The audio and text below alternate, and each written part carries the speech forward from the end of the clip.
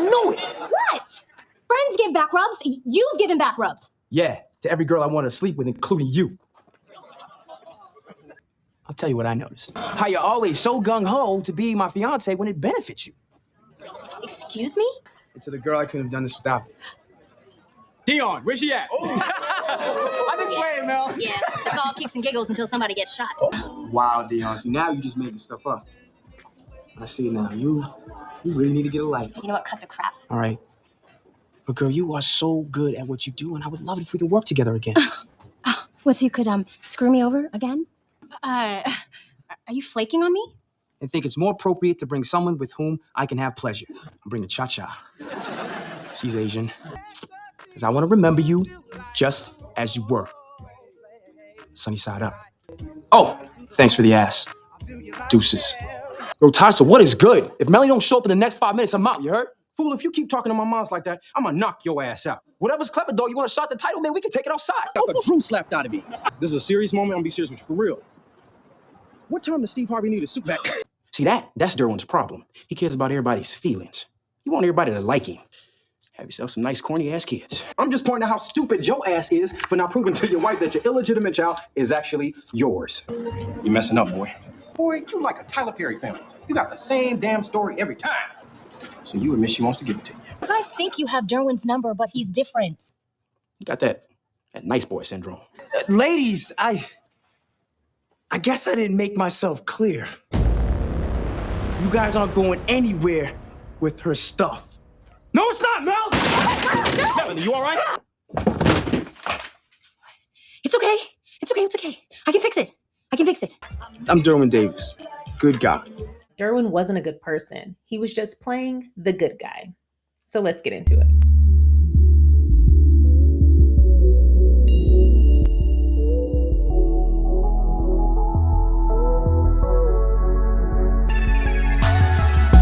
Thank you so much for clicking on my video. And if you're returning, welcome back to Chats and Chill. This week, we're going to be talking about Derwin Davis from The Game and why I feel he's not actually a good person who just made mistakes the way the show kind of portrays him to be. He's a very bad person who's manipulative and played the good guy trope. Derwin Davis, the NFL player boyfriend of Melanie Barnett on the hit show The Game, is often seen as the Bible-toting sweetheart who just got caught up and lost his way when he entered the glitzy and glamorous world of the NFL. He's afforded plenty of grace, favor, and understanding for making the mistake, and I'm putting that in quotes, of cheating on his very loyal girlfriend and sending their relationship, but more importantly, their entire lives, into a tailspin that lasted years, until they finally ended up back together, unhappily married with all of the financial benefits and assets they'd once dreamed about, but none of the depth, love, and emotional security within their relationship that they likely expected to meet them there. Derwin's fatal flaw isn't that he was naive, or taken advantage of, or that he got caught, or lost his way, or any other dismissive terms that are applied to his actions. Because Derwin was shown to be a good guy, especially when placed against the likes of Malik Wright or Jason Pitts, the show aptly throws the burgeoning receiver a few free hall passes to be a piece of shit with no consequences that he happily lands in the end zone. His fatal flaw was that he was a good guy, but failed to be a good person. The good guy trope. They often carry a calm demeanor. Sometimes they're soft-spoken, and usually they're chivalrous. They cover all the basics. They have a job, a place to stay, and a car. Most of them don't even yell. They're usually not overtly abusive. And more often than not, they check off all of the standard surface-level boxes. They expect the coverage of said boxes to be the end-all be-all, and most of them have been lauded by the female fixtures in their lives, i.e. their mothers, their grandmothers, their sisters, for being a good guy. And now they have the expectation for whatever person they're attracted to solely focus on being grateful for the fact that they're the good guy. A common argument made on behalf of the good guy trope isn't necessarily how great they are, but how bad they're not. They look to their counterparts who are overtly misogynistic, disrespectful, disloyal, or even abusive and deploy comparisons to elevate their self-anointed status as a good guy. Again, someone you should be thankful to have. Their argument roots itself in the fact that they aren't the absolute worst version of a human being that they possibly could be, and they expect you to revel in the relief that you found someone with the minimum requirements to just barely rise above what we would consider to be a bad guy, or even perhaps just not a suitable partner. They're often enmeshed within a community that either reaffirms their good guy character is good enough or shows them how bad they actually could be while offering them the opportunity for self-adulation for their gracious choice to be decent human beings. Is this whole player thing, it isn't you. Your fiance's over there. He brought you here, so he's claiming you. Or he could be hiding out in the open. Wow. What? I can't believe I fell for the okie doke. You're stuck in you. Put one with the car, man. I'm gonna go bust a bottle over his head. Okay, you have lost it. You have lost it. See, this is exactly what I was talking about. You're feeling guilty about you and that girl, Drew. The good guy is the mask adorned by those who fail to actually focus on being a good person, yet don't want to be considered an F-boy. They don't embody the necessary character traits of empathy, integrity, loving, caring, considerate, trustworthy, or anything else that makes them an actual decent person, but they want the unearned praise and trust of a good person for simply not being a bad one.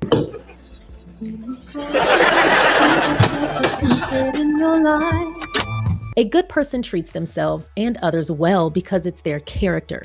They inherently understand doing the right thing simply because it's the right thing to do, not to get kudos or social credit to be utilized to their benefit later. It's not what they portray, it's who they are.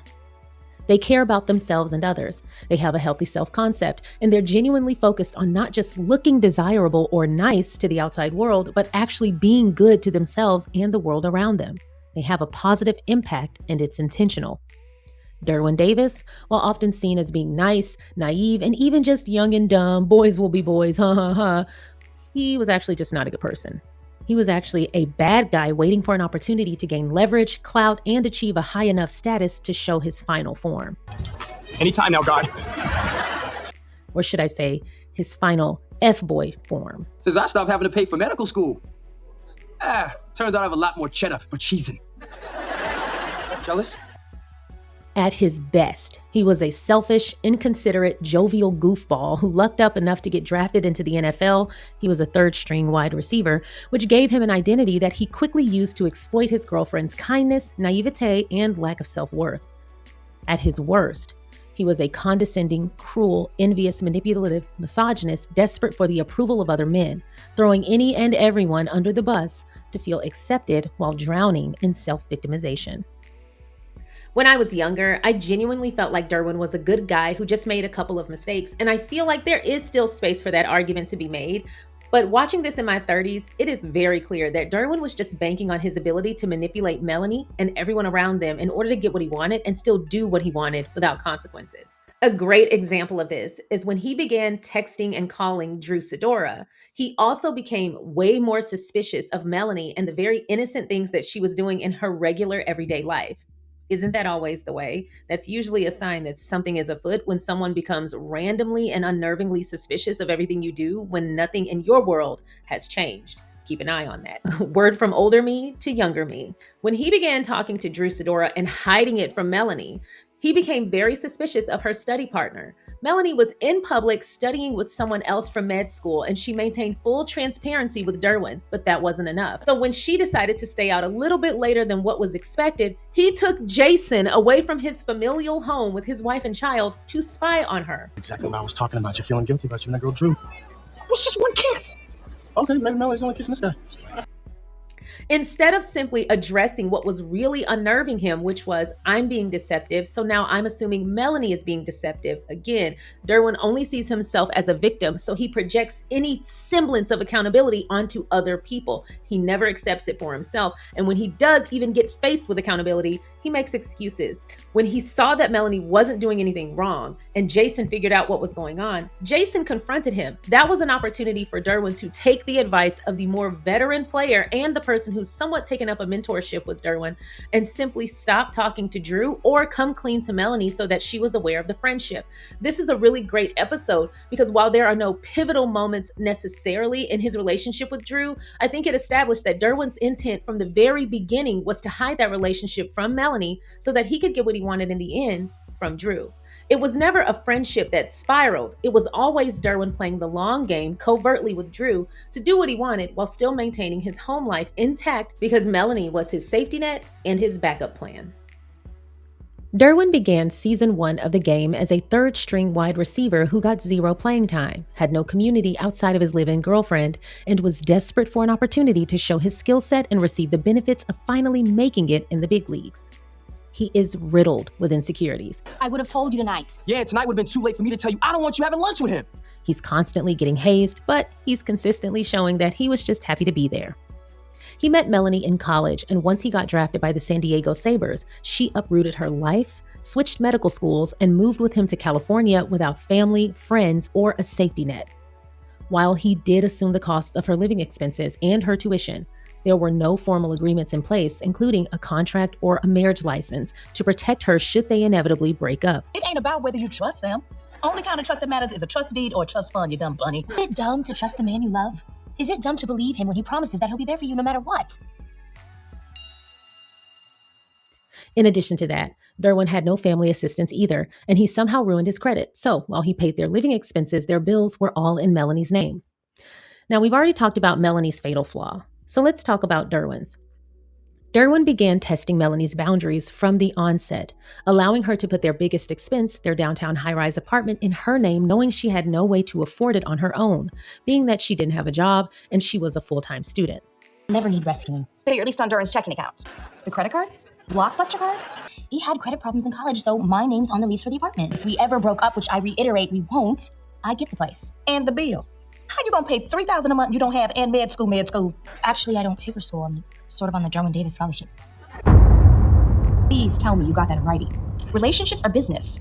80% of marriages fail. And y'all just shacking up. That percentage gotta be in the hundreds. The apartment was technically hers, but as Melanie later pointed out, she couldn't afford it, not on her own. So even if and when the relationship was over, she could have chosen to kick him out, sure, but she wouldn't have been able to stay there herself without some outside help.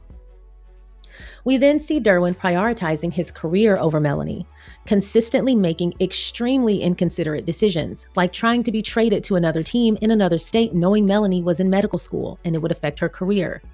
He lacked boundaries with his image consultant, Dion, who he triangulated against Melanie often. He allowed others to influence his trust in Melanie, often undercutting her proven loyalty with suspicion. He allowed his ego to nearly destroy one of her oldest friendships. Men don't want to just be friends with beautiful women. Come on, Derwin. Trey's not thinking about me like that. You mean to tell me he never gave you the smoky bedroom eye? No! Never hugged you a bit too long? Never. You're hopeless. Ask if you need a back rub. No! Well...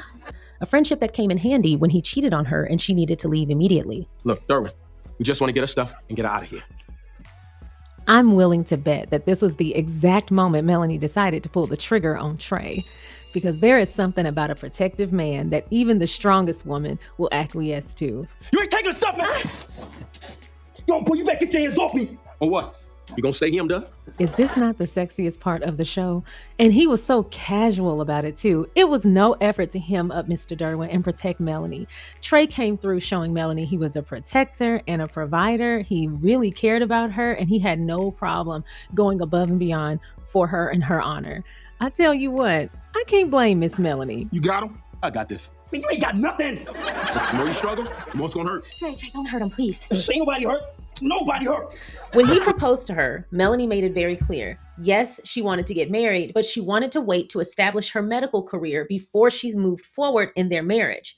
He felt so offended by that, and to me, it didn't make sense. So when Melanie rightfully pointed out, you waited until you became established in your career before you proposed to me. Why can't I wait to accept the proposal and get married until I'm established in mine? He acted like he understood, but he held resentment, and he used that resentment to punish her throughout the season. And I do want to marry you. Just not now. I've become so wrapped up in your life with the Sabers and the Sunbeams and the games that I've started to lose sight of my own dream. I'm afraid if we get married now, I won't remember what those dreams were. So marrying me killed your dreams now. You waited until you started making touchdowns and established your career to propose. Why can't I wait to establish my career to get married? You see Melanie several times try to communicate clearly what her needs and expectations are and talk to Derwin about that, who doesn't really communicate back or ask enough questions. He just builds resentment and punishes her passive-aggressively later. We also see Melanie question his motives for proposing to her later when he reveals that he's trying to get traded to another team in another state. She rightfully asks him, "Is the reason you wanted me to marry you to make it easier for you to drag me around the country?" To me, all I heard was Melanie asking for reassurance about his motivations because they have conflicting plans. And that was an opportunity for him to reaffirm, "No, I want to marry you because I love you and because I want us to be together forever." Instead, he became snarky and hostile and said, "No, I wanted to marry you because I loved you. But you shut that down to work on your career." It was very clear that the conversation they had in the car when they were talking about the engagement did not get through to him. And even if it did, he rejected it because his way was the only way, according to Derwin. Hearing the questions that Melanie would ask, especially when they were having discord, it was very clear that she was astute and she noticed the red flags. My problem with Melanie is that she didn't heed the warnings. My cardinal rule in any relationship dynamic, I don't care what the relationship status is to always be willing to walk away. Your self-worth and your well-being will always reign supreme over everything else. You cannot love or nurture anyone else until you love and nurture yourself. And when someone refuses to reciprocate the love and nurturing and care that you are giving them, or when someone has shown themselves to be a detriment to your well-being, it is imperative that you prioritize your health and your safety and get the hell out. And that applies to every relationship. Melanie seemed to have that clause in the beginning, and she did leave Derwin for a short spell. But out of nowhere, it just felt like she regressed significantly and she continued to give him chance after chance after chance instead of recognizing that she is the prize. And it seemed like Melanie had very few standards, if any, in how she conducted her life. Not where she worked, not the kind of guys she dated. The pace of her relationships was determined by the other guys. It felt like Melanie's whole world came into question and there were very little standards after she left Derwin, which is why when she went running back, she was willing to accept the bare minimum, even less than what he was giving her when they dated the first time around. Derwin and Melanie's breakup wasn't just about the cheating, it was the deception. Melanie's trust was already broken when Derwin admitted to carrying on a friendship with Drew without telling her that he was in a relationship. When Melanie questioned his motives, he deferred to the Darvo tactic: deny, attack, reverse victim, and defender. He denied his motives were impure and claimed it was a simple oversight, despite, as Melanie pointed out, he drove Drew home in Melanie's car. How is it that Melanie never came up? He then attacked Melanie's motives, claiming she only wanted the privileges of being his girlfriend, but not the actual commitment. That would have been the moment I broke up with him. Once he successfully dysregulated Melanie and escalated the situation, he soothed her by pretending to be offended, portraying himself as the victim, and calmly acquiescing to her request of full transparency with Drew, something he never followed through with, by the way. The issues began the moment he met Drew in Malik's VIP area, and he was dressed like someone's dad heading to buy Christmas gifts at the mall. However, he struck up a friendship and never thought to inform Drew that he was a committed man, and that's because he wasn't. Derwin was never one to allow a relationship, a baby, or a marriage to determine his commitment. He treated commitment like an illness. I guess he saw it as a private personal choice wherein no one needed to know his status. When he continued to carry on communication with Drew by texting and calling, it was never as innocent as he claimed, because every time he was faced with telling Melanie, he avoided disclosure. When questioned by his friends, he accidentally lets it slip. He's aware that Drew believes their friendship is more than what it is because he's also deceiving her at first. You saying Malik Wright having to bribe a girl for a date might make you look a little desperate. You can't seem to let go of the fact that you wants to give it to me, not the $40 million kid. So you admit she wants to give it to you. What do you think he doing? He put his hand on the nape of her ass. That's the universal sign for we having sex. Look. She got her hand on his arm. Oh! Bitch got her finger in his eye. You pay the bill, I'll get the card. So just so we're clear, he knowingly deceived Melanie by hiding his friendship with Drew, and he knowingly deceived Drew by not telling her about Melanie. And this wasn't Derwin being impetuous, this was Derwin committing infidelity. When it all comes to a head at Drew's music video party, where it's revealed to Melanie for the first time that Derwin actually kissed Drew, and it's revealed to Drew for the first time that Derwin is in a relationship with Melanie, Derwin attempts to play sly guy and maneuver between the two ladies covertly all night long. Again, intentional behavior, not sporadic or impulsive.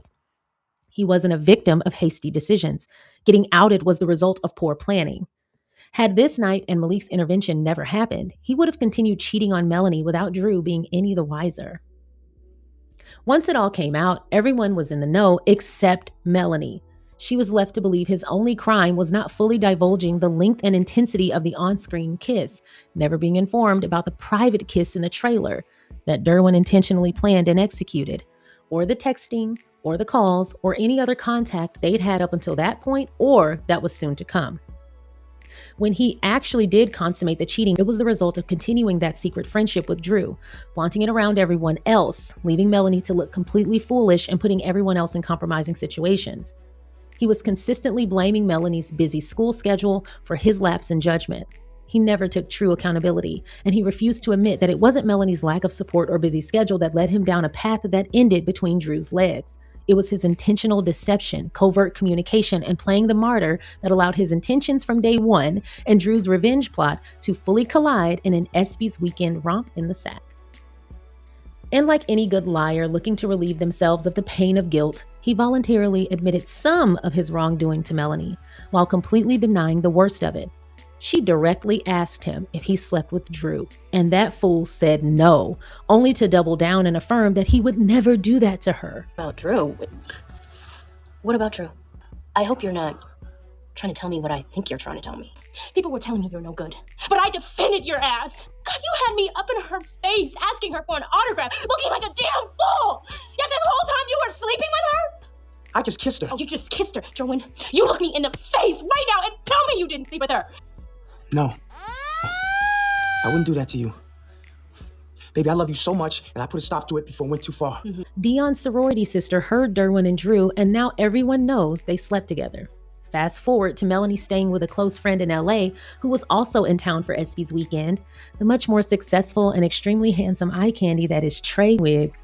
He rescued Melanie from the streets, took her, got all her stuff from her and Derwin's apartment, protected her when Derwin had a tantrum and kicked their Polly Pocket TV, paid her tuition, got her a new condo and a Range Rover and a mural, I think, a diamond necklace, and he loved her down in more ways than one, child.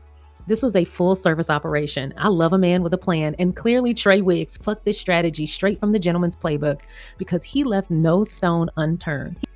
His motives come into question for me at several points, and at times I question his true intent to be a good friend, settle an old score with Derwin, or I wonder if he just expects to get whatever he wants without regard to Melanie's true well-being. Either way, after she leaves, we see Derwin spiral, impulsively try to get her back, starts playing the field, learns his lessons about opportunists, and eventually he gets a placeholder girlfriend who forces him to confront his lack of maturity and control issues, and would have left him until she realizes that she's pregnant. This relationship fizzles out, like all the others, because Janae, despite graciously giving him more chances than he deserves, knows her worth. She doesn't need his money or his clout or stability because she has her own, and she fully expected Derwin to rise to the occasion of being her partner. When he doesn't, and he refuses to evolve, she dips, as she should. Nevertheless, Derwin and Melanie eventually got back together after a few false starts. They build the very sad, incompatible life we leave them with in their final season, and we see moments of promise from Derwin where he seems to be a decent enough guy, but we never see him truly become the man he attempts to portray. Honest, selfless, considerate, and assertive. He idles on a pendulum swinging from egomania to helpless victim, and Melanie is the only constant willing to welcome her Jekyll and Hyde as it distracts from the blank space in her own mirror. They were made for each other in all the worst ways. Derwin didn't just behave deceptively or maliciously towards Melanie. He seemed to have a penchant for disrespecting most of the women on the show. In addition to Melanie and Drew, he had his day with Dion, Tasha, Eggs, and Janae. Dion was Derwin's image consultant. She often had to pick out his outfits, help him with PR-related tasks, and spent ample amounts of time with him alone. He would often meet with her at his house, in his bedroom, and she even traveled to away games where wives and girlfriends weren't expected. Derwin fully understood the weight this put on Melanie's insecurities. Meanwhile, he made no attempts to create boundaries, such as not meeting alone in his bedroom, involving Melanie, or just generally being transparent. He often triangulated Dion and Melanie against one another. When Melanie wasn't behaving, such as when she went to lunch with Trey, he fired Dion to force Melanie to ditch Trey.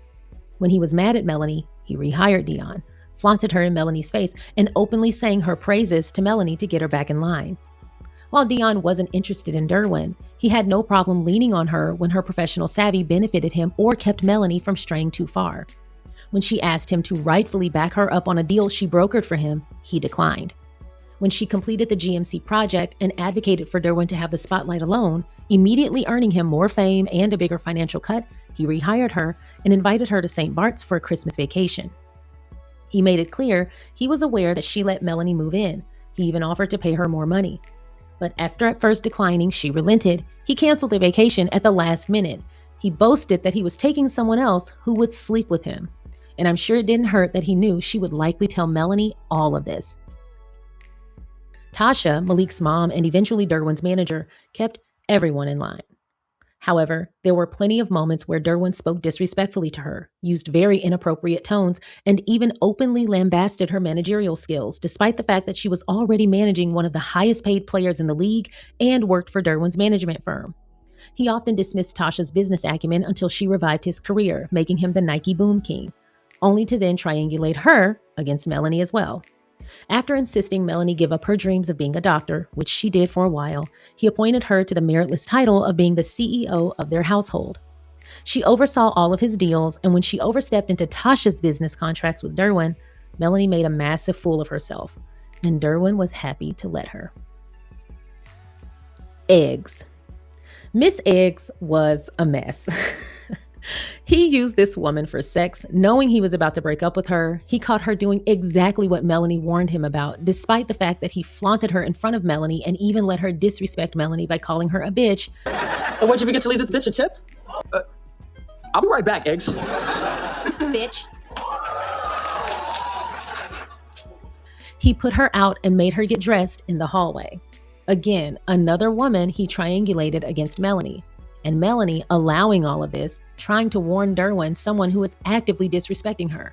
Now again, Melanie had her own video, but her lack of confidence and self-worth is glaring in this show, and it drives me up a wall. Janae. Derwin wasted this woman's time, saddled her with a baby, tried to manipulate and control her, triangulated her against Melanie, and even chose not to get proof of paternity on their son.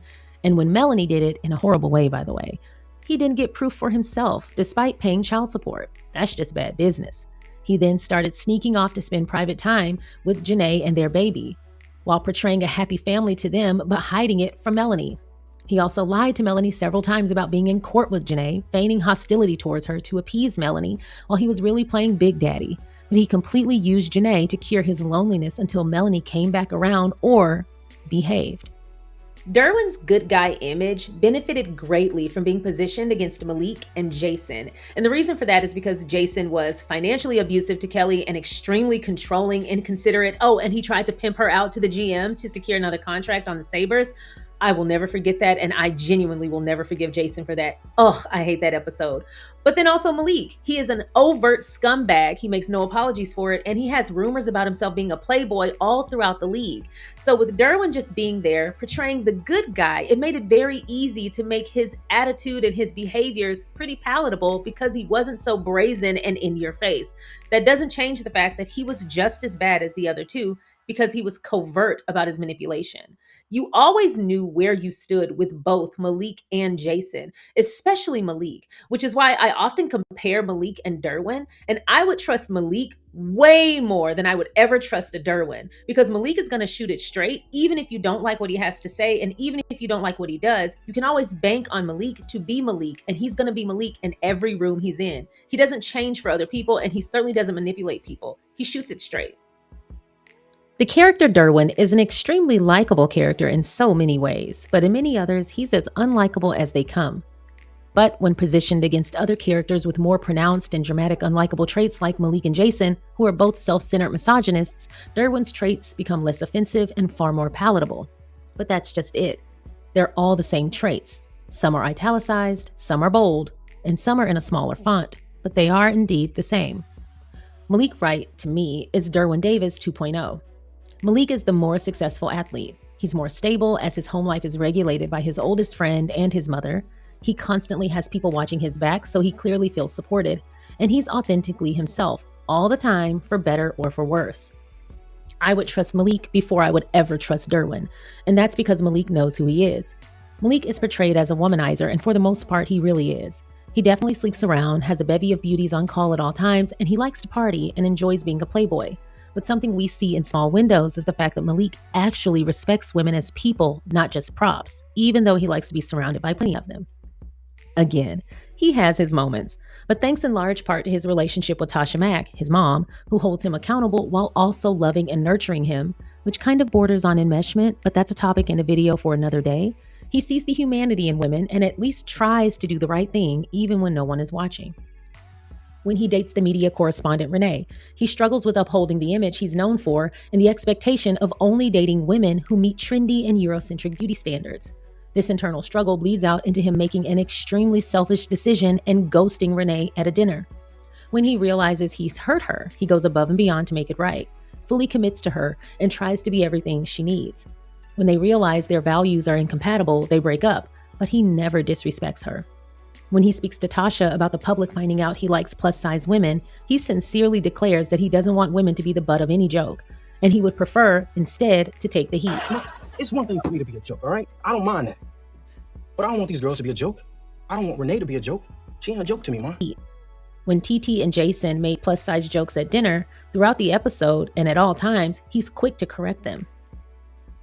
Another moment where we see Malik's integrity is when he stays up late at night to discuss Melanie's man problems with Derwin. I know, because a real player would have moved on and not cared about your feelings. I wanted a nice boy. So, don't go back to him. Have yourself a nice life. Have yourself some nice corny-ass kids. I'm gonna go upstairs before I start my period. Thanks, Malik. And later, his morals become even more clear when a naked Melanie climbs into bed with him. And despite his very apparent attraction to her, he declines her advances, stating clearly that despite what he wants in the moment, and he continued to reiterate, despite what he very clearly wanted in the moment, he knew she wasn't in the right headspace to make a conscious decision like that, and he was more concerned about how she would feel afterwards or in the morning. You're not gonna feel good about this in the morning. Don't worry about my feelings. Yes, you are. Okay, Melanie. Whew. You don't want to do this, okay? I don't want to do this. Very much. Come on, Malik. Just do this for me, okay? I just want to feel better. Melanie, do you hear yourself? What's happening to you? This is not the same response we saw from Trey Wiggs, who did try to walk away from Melanie's grief-riddled sexual advances, but barely, and eventually consented and followed through, which we saw Malik was right again, or shall I say Mr. Right, because Melanie was not in fact happy with her decision to sleep with Trey. The reason I compare Derwin to Malik is because while they share many of the same toxic traits, only one of them is authentic and only one of them operates with integrity. Malik may come off brash, egotistical, and unlikable, but you will always know where you stand with him. He pulls no punches, he doesn't mince words, and he actually cares about the people around him. He doesn't use or manipulate, he's honest and flawed. He concerns himself with the well-being of others, and even though he's extremely imperfect, he's caring, even when no one is watching. Derwin takes advantage of people, manipulates, lies, and attempts to be whatever version of himself he's expected to portray at any given time, depending on the audience. He's not grounded. There's very little consistency in his character in different environments, and when he's challenged to rise to the occasion and show some integrity, he defers to either the role of an egomaniac or a victim. What are you talking about? Man, I had us out of here. This whole week, my heart's been telling me to let it go, while my head kept yelling for me to hurt her as much as she hurt me. Did he just mention his heart? We rarely see assertive, competent, and capable Derwin, and when we do, it's short-lived until the next moral challenge. Throughout his affairs, Malik is actually the voice of reason and morality. Unsurprisingly, his motivations were selfish because he felt slighted over Drew picking Derwin over him. But at all points, we see Malik consistently bring up girl Melanie, her feelings, and threatens Derwin with getting caught and losing her. This contrast was not an accident. Malik is painted as the archetypal rich, spoiled athlete straight out of an early 2000s music video, but we see that he's far more than that when he's challenged. He rises to the occasion on multiple fronts, showing himself to actually have a heart, whereas Derwin's motivations are almost always vain attempts at validation, self-centered, or both. You corny mug. Oh, whatever, slut. Yeah, well, whatever, Malik wannabe. Oh, Malik's got a Porsche, so you get a Porsche. So? Well, Malik's got a big TV, so you gotta get a big TV. Malik's got a safari look, you had to go Lion King. You ain't nothing but a poor man's version of Malik. No, wait. You're Malik's bitch. Get up out my house. Are you sure you don't want to check with Malik first? In many ways, the show reveals Malik's influence over Derwin, and that he in some ways covets Malik's life. He emulates Malik often, something Melanie points out. He competes with him and gets insanely jealous when he assumes Malik and Mel have a thing going on.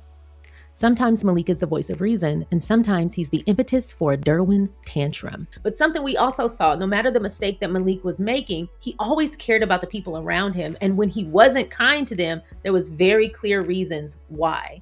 With Derwin, everyone that came into his life with a vagina was immediately triangulated against Melanie, and that fool would allow herself to be pit against other women to audition for that man's love.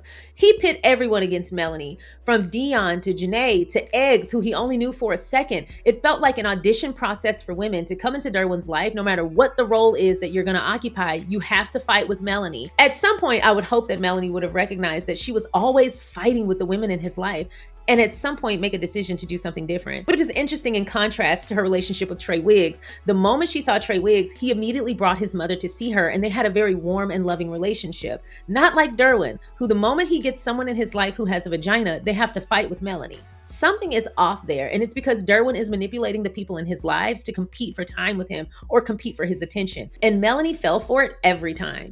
One of my favorite parts of the show is when Janae says, "I'm not doing this. If you're still in love with Melanie, I'm not competing for you." And I absolutely love that she stood up for herself. When she came back around and revealed that she was pregnant, I was so disappointed for several reasons, because I really wanted to see her character continue to be on the show, but single, and stay in this circle of friends or this group of people, because she was part of the league. She was well known in the league, and she had a lot of friends in the league, especially with Malik. And I would have loved to have seen this strong and empowered woman walk away from this athlete because he wasn't measuring up to her standards and continue to live her life.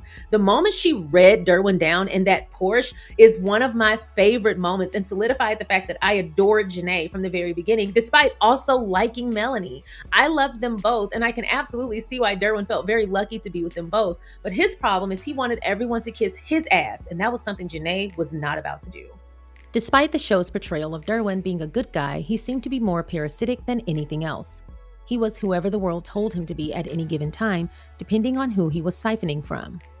When he was with Melanie, he portrayed the straight-laced, cohabitating boyfriend trying to build a life for the two of them. That was until Javon pointed out the risks of dating as an athlete, and then Derwin didn't want to share his assets. He met Drew through Malik, took his spot in Drew's music video, and then became a pseudo-celebrity like Drew and began behaving like one. Then he met Eggs and became a womanizer after Malik told him how to move with groupies.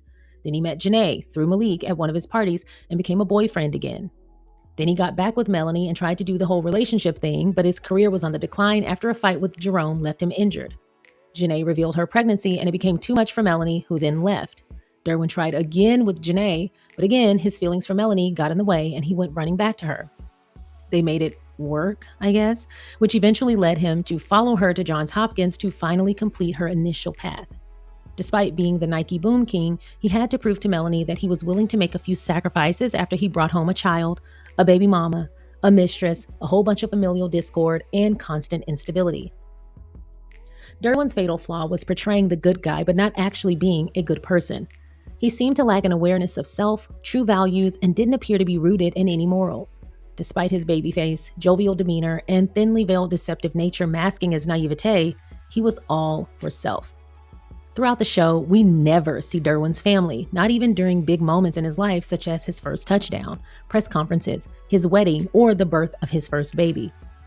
The most he mentions are his grandmother and his nephew, so it's clear he has at least one sibling but doesn't appear to have contact with them and was likely raised by his grandmother. Melanie, however, was rooted in her family, firmly. Despite their discord, it's clear that she was loved, taken care of, and several times she's referred to as being spoiled. When we see her mother and her family a couple of times, it's clear they love and adore Melanie, but they question her choices, which, same. Being that we've seen Derwin struggles with a covetous nature, it's fair to assume many of his antics were in response to seeing Melanie possess things that he didn't, invaluable things such as family, support, and a stable safety net, the same things that Malik also has. It could be why Derwin felt triggered when he saw Melanie's mother. Aside from Melanie's mother's dislike of him, which again, same, it could be why he was so excited to blindside her family several times, like divulging to them that he and Melanie broke up or springing it on them that he and Melanie were getting married. He knew he was a cog in their relationship, and when he felt he could wield that threat of her mother's "I told you so" over Melanie's head, he took full advantage of having her backed into a corner. Again, not the traits of a good person. Derwin's character was flawed, like everyone's, but the difference with Derwin and some of his counterparts like Malik is that he worked overtime to hide it rather than simply addressing his shortcomings, putting in the work to evolve, and maturing as a man. Derwin cosplayed as an empathic, kind, and loving man when he was really just several immature rookie athletes in a jersey and a helmet. Melanie deserved better, but it's hard to see someone else for who they truly are when you don't yet know, love, or appreciate yourself.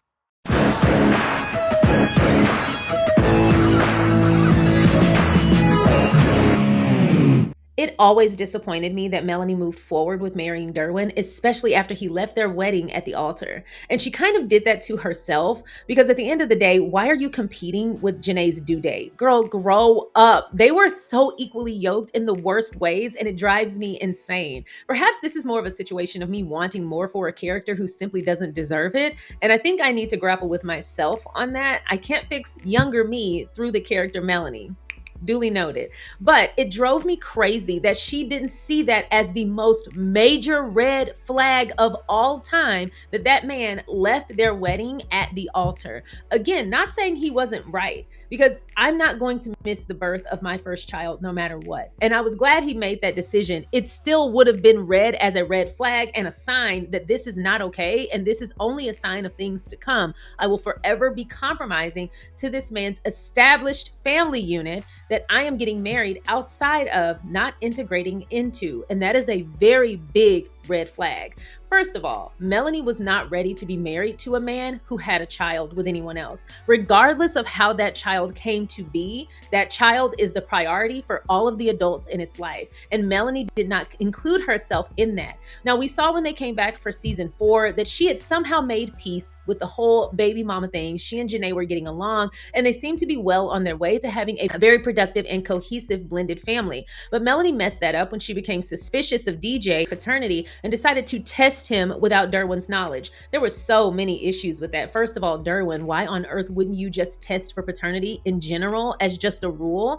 I don't get that, especially since you weren't with the mother at the time that you found out that she was pregnant. All of it just seems so strange and stupid on Derwin's behalf. Again, Melanie, he don't seem that bright.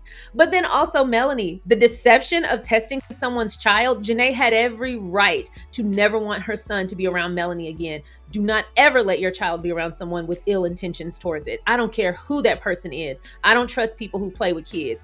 I immediately hated Melanie from season 4 onward when I found out she did that. I didn't find anything about that to be funny or cutesy or even forgivable. But Derwin, you should have done it first. And when Malik said that, why didn't you get tested already? I agreed with him.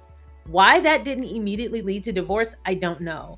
Again, these two characters should not have been there for each other. Sure, Derwin cheated on her, and yes, he brought back baggage with a baby mama and a child. But when Melanie decided to take him back, she decided to accept that that was part of who he was and part of the package that is Derwin Davis. So if you're going to marry someone or date someone who has a child, that is now part of your life. And if you aren't willing to make adjustments and compromises, you should not be dating someone with a child. You can always go date someone else. But again, these are characters on a show, but I do think they highlight a very common issue of people feeling resentment towards children who are innocent and didn't do anything to be here, but they do deserve to be here and be treated well. Your problems should be taken up with the adults who harmed you, not the child. That when Derwin found out that Melanie had tested DJ, he punched a wall. Now, I'm not saying he didn't have a right to be pissed off. For several reasons. If you tell me the child that I have just fallen in love with and I want to build a life for is not actually my child and you spring that on me, I'm going to be devastated. If you tell me you did something deceptive behind my back, I'm going to be devastated. If all of this is coming at me at once, I'm going to freak out. But when men start punching walls and destroying things around you, that is abusive. The show has TiaMowry portray Melanie as being extremely frightened and immediately bows and says, I'm sorry, I'll fix it. And it's just this extreme fear and panic. It's okay. I can fix it. Melanie, you all right? I'm fine. You get your stuff? I guess I didn't make myself clear. You guys aren't going anywhere with her stuff. He's walking towards her menacingly after punching the wall and staring at her while he does it, while she is bowing and saying, I'm sorry, I'll fix it. Everything about that scene It makes me uncomfortable. He kicked over their TV and she screams. In that moment, he was also destroying the safety in her environment. That is intentional. That is abusive. One of the things I like about that scene is it shows the men in Melanie's life correcting Derwin's behavior and protecting Melanie, as they should have. So often people will observe an abusive man and do nothing because they'll consider it not their problem. That is a conversation for another day. That is actually when Trey Wiggs solidified him as my favorite guy on the show by a long shot. He came in, he took care of his friend, regardless of his motives, which we'll get into in another video if you would like. But he came in, he protected his friends, he got her things, and he apprehended Derwin without being aggressive and without trying to hurt Derwin.